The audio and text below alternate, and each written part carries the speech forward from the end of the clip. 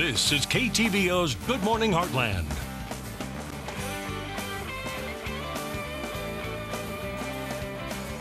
And welcome back. There are dozens and dozens of AEDs located in establishments all across the heartland. But do you know how to use one in case of an emergency? We have Troy Mihalovich from Adair County Ambulance District here this morning to walk us through the proper steps. How are you doing today? Fine, thank you. Good morning. Good morning. And you have a little helper. You have your daughter, 11-year-old Lacey, here this morning. So before we actually go through the demonstrations of actually showing us how to do and use an AED, how many AEDs are placed across the heartland? Well, you know, the number seems to be growing every day. I'm hearing a different number.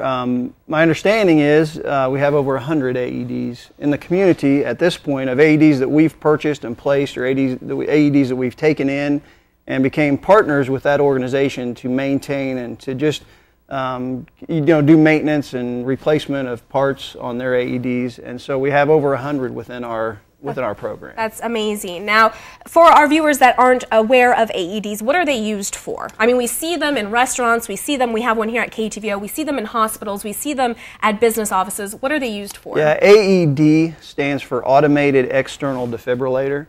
And when a person goes into cardiac arrest, typically they're in one of two rhythms, their heart is. It's either ventricular fibrillation or ventricular tachycardia, and those are lethal arrhythmias. And the only way that you can really get them out of that lethal arrhythmia is to defibrillate them, or send a jolt of electricity into the heart and try to reset its electrical conduction system, therefore creating a normal sinus rhythm and getting it working the way that it's supposed to. And that has to happen very quickly. That needs to happen within 3 minutes is what they're telling us. And we, on the ambulance, simply cannot get there fast enough. Right. So we have to get these AEDs out into the community and get people to, more importantly, actually use them. Having an AED is of no value if someone doesn't take it off the wall and use it in that moment. So we're really trying to get that message out there. And Lacey this morning is going to really demonstrate for us how user-friendly these devices are. There is nothing to be intimidated about these devices. They walk you through the entire process, and it is a very simple process. Okay. So that is the important part, is this public awareness and people, engaging in that moment if they were to, have someone collapse in front of them or go in cardiac arrest. All right. So at that location. We're going to go ahead and do a scenario of this actually happening, and she's going to tell us what to do, and then she's going to show us exactly what to do with an AED, correct? Yeah, she's going to walk us through this process and just show us, how pretty straightforward it is. Okay, so do we want to start? Yeah. Okay. Are you ready, Lacey? Okay, so Lacey, you have, you're out in the community, and you have an individual that has collapsed in front of you. What would you want to do? I'm going to shake and shout. Are you okay? Can you hear me? They're not answering you. There is no response. You, go get an AED. You, call 911. Now I'm going to check a pulse.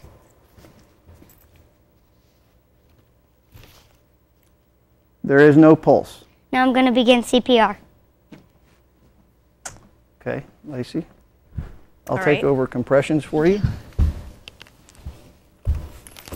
Okay, so the first thing you do is you take it out and turn it on and listen to the directions. Apply pads to patient's bare chest. Plug in pad's connector next to flashing light. You're going to put the pad where the picture shows. Apply pads. Plug in connector.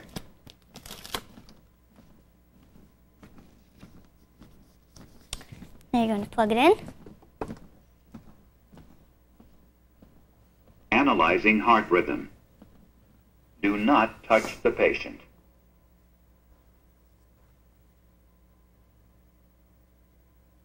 Shock advised. Charging. Stay clear of patient. Deliver shock now. Stay Press clear. the orange button. Shock delivered. Turn it off. Analyze. Okay, so and then every 2 minutes, an AED is going to reanalyze the heart and check for a shockable rhythm and just continue to walk you through the process. All right. Now, I noticed that while she was putting on the pads, you continued chest compressions. Do you want to continue doing that until the machine says, ready for shock, stay clear? Yeah, the most critical aspect of CPR is compressions. And actually, if you noticed, I wasn't even delivering any ventilations. Right. Now, we want to deliver ventilations, but we really want to get the message out there that if you'll just even do compressions, we got to get people to do compressions. And so you do those compressions until the machine advises you to, do not touch the patient, and it will tell you that. So, okay, yeah, continue those until that point. All right. Well, thank you so much, Lacey, for showing us how easy it is and that everybody in our viewing area can do this in case of emergency. And you actually do have an event happening this Saturday at Hy-Vee. You will be showing AED demonstrations, correct? Yeah, February is, I'm with an organization also called Nemo Heart Health. That's the organization placing these AEDs, and February is Heart Month. So every Saturday we're at Hy-Vee giving AED demonstrations and serving healthy smoothies and just doing anything we can to sort of get people thinking about their heart health. And this Saturday is our celebrity treadmill event where all day long there's going to be someone on a treadmill. And you can go pay them to have to walk longer or run longer on that treadmill.